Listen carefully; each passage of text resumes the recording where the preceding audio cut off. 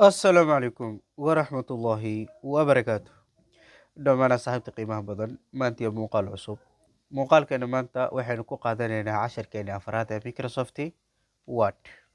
Casharkan ka horreeyay waxaan kusoo qaadanay waxa loo yaqaano ribbon and tabs ayaan kusoo qaadanay, balse casharkeena maanta hadduu ibweyne raalli ka noqdo waxaan ku qaadanaynaa waxa loo yaqaano customizing text, in qoraalada wax laga bedeli karo, la nashqadeyn karo, la qurxin karo ayaan ku qaadanaynaa.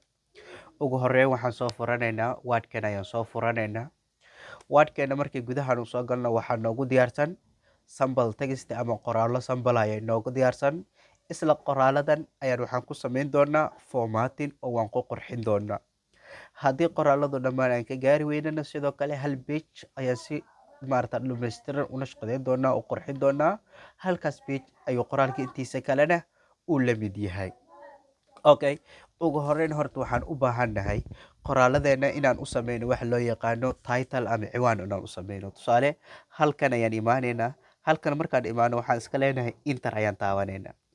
Intan inoo soo hartay waxaan rabnaa inaan ka dhigano ciwaan inaan ka dhigan ayaan u baahannahay. Okay, waan dooranaynaa. Ciwaanka iyo qoraallada caadiga waxay ku kala duwan yihiin oo keliya boldiga, macnaha farta way kala weyn yihiin oo keliya. Ciwaanka sida caadiga cabirkiisu waa u weyn yahay, halka qoraalka caadiga ciwaanada ay ka yar yihiin. Okay, waxaan raacaynaa marka sharciga caadiga ah. Halkan markii aan doorano, horta halkan meeshan ay ku qoran tahay waa number ama font size ay ku qoran tahay. Halkan waxaa laga badiyaa ama laga yareeyaa cabirka qoraalka ayaa laga yareeyaa. Tusaale, ciwaanada sida caadiga 14 ayaa laga dhigaa, 14 aan ka dhiganaynaa. 14 markii ciwaanka aan ka dhigano, sidoo kale waxaan bedelaynaa type-ka farta. Waxaan iska qaadanaynaa fartan loo yaqaano Times New Roman oo ah faraha ugu badan oo loogu isticmaalka badan yahay. Fartan ayaan iska qaadanaynaa. Fartan markii aan qaadano, sidoo kale ciwaankeenana aan ka dhignay cabirkiisu 14 aan ka dhignay, waa xoogaa wuu weynaaday, wuu isbedelay, laakiin weli waxaad u malaysaa wax yaroo saasa inuusan kala duwaneyn. Waxaan imaanayaa halkan, waxaan ku dhufanayaa B ama control iyo B ayaa isla taabanaya. Qoraalkana xoogaa waxaan rabaa inaan ka dhigo boldi. Okay, B ayaan ku dhuftay. Fiiri marka hadda markii B aan ku dhuftay, ciwaankayga xoogaa isbedel weyn ayuu sameeyey. Midda xigta, ciwaanka waxaan geynayaa ama waxaan ku aadinayaa dhexda ayaan ku aadinayaa.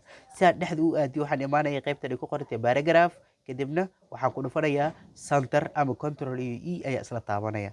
Fiiri, ciwaankayga wuxuu imaaday dhexda ayuu imaaday.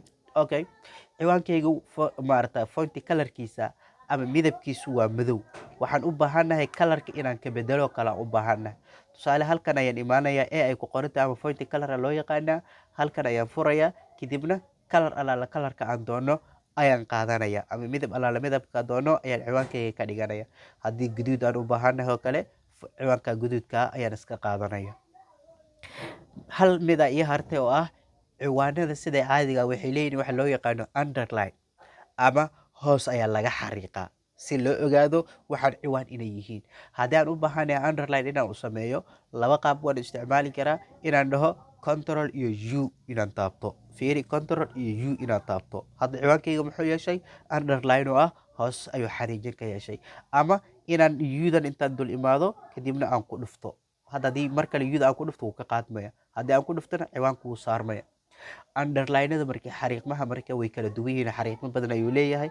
Falaarta yaroo geeska ama darafkan ayaa furaysaa. Halkan markaa furto waa kuwan ayagoo double underline, laba xariiq isdul saaran. Underline waa iyadoo dhibca ama calaamada ah. Waa kuwan underlineska way tiro badan yihiin. Hadba midkaa doontid ayaad qaadan kartaa. Okay, tusaale anigu waxaan iska qaatay underline-kaas caadiga ayaan iska qaatay. Ciwaanka hadda waan ka dhammaaday. Waxaan u baahanahay markaa qoraalkayga intiisa kale inaan habeeyo qurxiyo ayaan u baahanahay. Waxaan sameynayaa, waxaan dooranayaa tusaale halkan page qoraaladiisaan dooranaa. Tusaale, hal page ayaan qurxin doonaa. Wuxuu ilaa 10 page ay gaarayaan. Halkan page oo kale sample, halkan page iga badan. Halkan page ayaan ku qurxinayaa. Halkan page qoraaladiisu waan wada doortay. Cabirka waan u kordhinayaa sida caadiga ah. Sharciga waxaan ka dhigaa cabirka caadiga ama qoraalada caadiga waxaa loogu talagalay ilaa 12 loogu talagalay. Fartan sidoo kale waan ka bedelayaa. Farta ciwaanka aan qaadanaya ama Times New Roman ayaan qaadanaya, farta loogu isticmaalka badan yahay. Haddii aan u baahanahay sidoo kale qoraalkayga laftiisa inaan kala reeyana, halkan aan imaanaya midab alaala midabka markaas aan doono ayaan u qaadan karaa.